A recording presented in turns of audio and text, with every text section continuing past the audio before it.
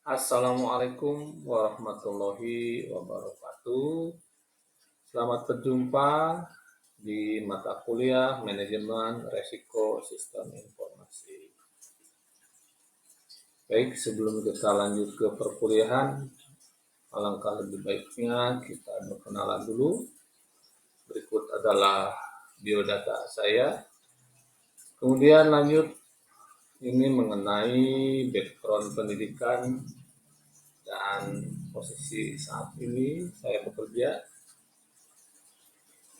Ini gambaran mengenai mata kuliah resiko sistem informasi ini. Ini kode mata kuliahnya, ya, statusnya adalah wajib, dan yang terpenting adalah jadwal kuliahnya. Perlu saya informasikan bahwa untuk mata kuliah manajemen sistem informasi jadwalnya hari Sabtu dan kelas malam saja, ya. Kemudian ini adalah gambaran mengenai mata kuliah ini. Jadi mata kuliah manajemen resiko sistem informasi ini akan membahas mengenai resiko yang ada dalam penerapan sistem informasi dan teknik manajemen resiko dalam konteks sistem informasi. Nanti pembahasan awal diawali dengan dari pengertian resiko, jenis-jenis resiko, matrika dan resiko, dan dampaknya. Kemudian mahasiswa juga akan mempelajari mengenai identifikasi, analisis, evaluasi, dan mitigasi risiko yang terkait dengan sistem informasi. Dan juga mahasiswa akan mempelajari tentang standar dan kerangka kerja manajemen risiko yang umum digunakan dalam industri untuk memahami dan menerapkan manajemen risiko dalam pengembangan dan pengelolaan sistem informasi. Berikut saya kasih gambaran mengenai silabus mata kuliah. Saya bagi menjadi dua, ya. Part pertama adalah dari minggu pertama sampai minggu ke-8 sampai midtest atau UTS, ya. Kemudian selanjutnya untuk silabus mata kuliah part keduanya setelah UTS minggu ke-9 sampai ke minggu ke-16. Oke, ini adalah referensi yang bisa kalian gunakan. Silahkan bisa cari di Google atau beli, serah, ya. Ada kurang lebih 5 yang bisa kalian gunakan, ya. Masuk pembahasan mengenai definisi resiko itu sendiri, ya. Mungkin kalian sering mendengar yang namanya resiko, tapi resiko itu apa sih? Jadi resiko itu adalah suatu kondisi yang belum pasti, tetapi mengandung unsur bahaya sebagai konsekuensi atau akibat dari sesuatu dari proses yang sedang berlangsung maupun kejadian yang akan datang. Ya. Ini ada kata kuncinya adalah sesuatu yang belum pasti, tetapi mengandung unsur bahaya dan sedang berlangsung kejadian yang akan datang, yang akan berlangsung saat ini ataupun diprediksi di masa depan. Dalam hal apa? Ya, dalam hal usaha, bisnis, aktivitas, keputusan yang kalian ambil, dan sebagainya. Ini semuanya pasti mengandung unsur ketidakpastian. Nah, dari ketidakpastian inilah munculnya sebuah resiko. Oke. Nah, konsep resiko sendiri ini berasal awalnya dari yang namanya hadzat. Apa sih hadzat? Kejadian bahaya yang mungkin akan terjadi bencana, yaitu yang namanya peril. Peril itu apa? Suatu peristiwa yang dapat menimbulkan kerugian. Kemudian dari sana, dari kerugian itu ada namanya loser. Loser itu apa? kerugian yang diakibatkan ya dari kejadian yang tidak terduga tadi ya. Oke, nah, kita masuk apa sih itu resiko dan kondisi ketidakpastian. Jadi resiko itu akan muncul karena adanya ketidakpastian. Ketidakpastian dalam berbagai aspek kehidupan akan menimbulkan resiko yang harus dihadapi oleh manusia. Di mana ketidakpastian ada tingkatan dan karakteristik. Nah, sebagai contoh, ini contoh pertama, perkiraan cuaca mengatakan besok pagi mungkin akan turun hujan. Apakah pasti? Belum tentu. Kata-kata mungkin ini menunjukkan sebuah ketidakpastian dari pakar cuaca karena ketidaksempurnaan pengetahuannya dalam membuat perkiraan. Jadi kalau kalian perhatikan ya, BMKG ya akan menyebutkan perkiraan. Tidak ada yang dia memastikan akan terjadinya banjir, akan terjadinya hujan ya. Itu adalah semuanya adalah perkiraan. Ya. Selanjutnya apa? Contoh kedua. Ini misal Anda mengatakan bahwa pemilu akan berjalan dalam bentuk salah satu dari 3 skenario. Ini perkiraan. Ya. Skenario pertama akan berlangsung aman. Skenario kedua ada kerusuhan kecil dan tidak memiliki dampak berarti. Dan skenario ketiga adalah terjadinya kerusuhan dan menyebabkan pemilu gagal. Ya. Nah, kemudian kita membuat prediksi untuk masing-masing skenario tadi. Nah, ini yang ditunjukkan sebagai di tabel nih. Jadi dalam ini Anda seorang pengusaha, ya. Skenario apabila yang pertama kondisi aman pemilunya, penjualan Anda diprediksikan adalah sebesar 500 miliar dan lambanya adalah 50 miliar. Kalau misalkan yang kedua, skenario-nya perkiraan yang kedua, ya ada gangguan kecil akan turun, ya prediksinya menjadi 400 juta dan labanya akan turun menjadi 30 juta.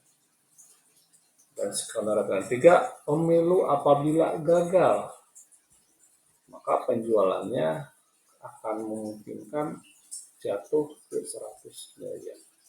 Bahkan bisa aja lebih buruk lagi gitu ya, dengan laba ya kita 5% miliar. Ya. Jadi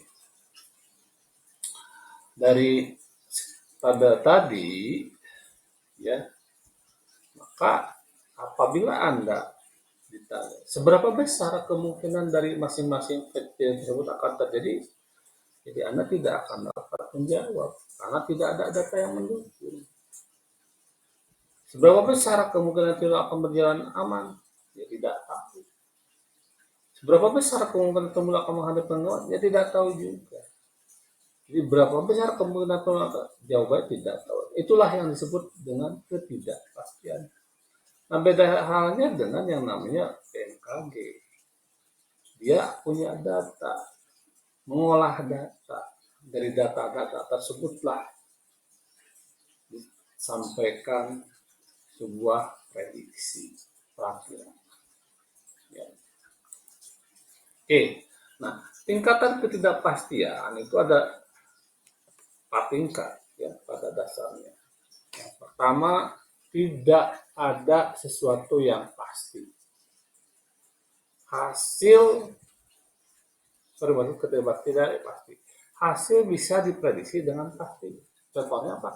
Hukum alam. Ya, hukum alam. Kalau apa namanya tuh, kalau api ya panas, resikonya ya kebakar, pasti resiko alam. Bermain api ya pasti akan kebakar. Yang kedua, ketidakpastian yang objektif. Karakteristiknya seperti apa? Hasil bisa diidentifikasi dan probabilitas diketahui. Contohnya permainan dadu, permainan kartu. Jadi seorang pemain kartu gaple, dia bisa memprediksikan berapa langkah ke depan. Nah, itu karena objektif. Dia menganalisa datanya, melihat kartu lawan mana yang dibuang sebagai itu pengalaman. Ya. Oke. Yang ketiga adalah ketidakpastian subjektif. Hasil bisa diidentifikasi, tapi probabilitas tidak diketahui. Contohnya apa? Kebakaran, kecelakaan mobil, ya, ataupun investasi.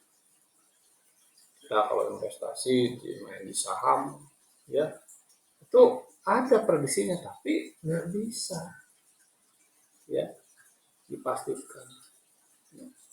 Dan yang terakhir adalah sangat tidak pasti. Hasil tidak bisa diidentifikasi dan probabilitas itu tidak diketahui. Contohnya apa?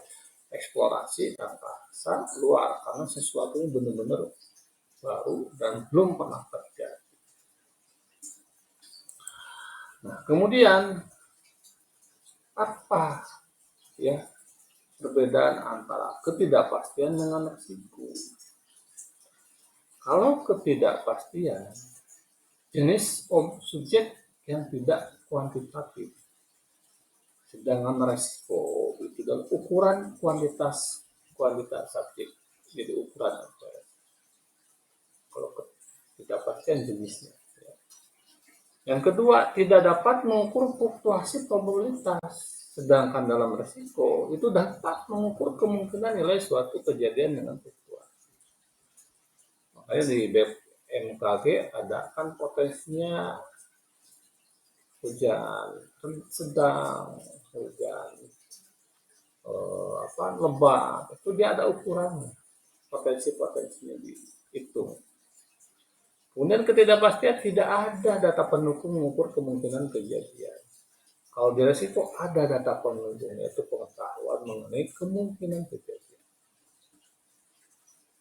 Dan yang keempat, di ketidakpastian adalah unknown atau unquantified outcome. Sedangkan di risiko unknown, tidak pasti tapi. Kemudian sumber-sumber resiko. Sumber-sumber resiko bisa berasal dari politik penyebabnya, ya, berasal dari lingkungan, ya, resiko sekarang, ya kan, lingkungan yang buang sampah sembarangan, tidak dipelihara, ya, akan menimbulkan resiko banjir karena mampu. Kemudian perencanaan, ya, planning, resiko orang yang tidak merencanakan masa depannya. Kalian tidak merencanakan membuat target, ya, maka hidup berjalan apa adanya tanpa ada target, tanpa ada planning akan merepotkan. Resikonya mah bisa gagal. Pemasaran apalagi, ya, ilmu pemasaran apa itu, ya, di itu terus ada resiko-resikonya. Kondisi ekonomi, ya, keuangan, itu sumber-sumber resiko. Alam, ya, itu juga sama. Alam nggak bisa diprediksi sekarang, gitu kan. Kadang lagi baik-baik saja, kayak sekarang, ya, lagi musim hujan, nggak diprediksi. Kadang hujan, tahu-tahu terang, tahu-tahu hujan nanti. Gitu. Itu sebuah proyek juga sama, ya, ada resikonya. Manusia apalagi sangat beresiko, ya, kriminal ataupun keselamatan. Oke, kategori resiko itu ada 2 secara garis besar. Yang pertama adalah resiko statis. Apa sih yang disebut dengan resiko statis? Resiko statis muncul dari kondisi keseimbangan tertentu. Contohnya apa?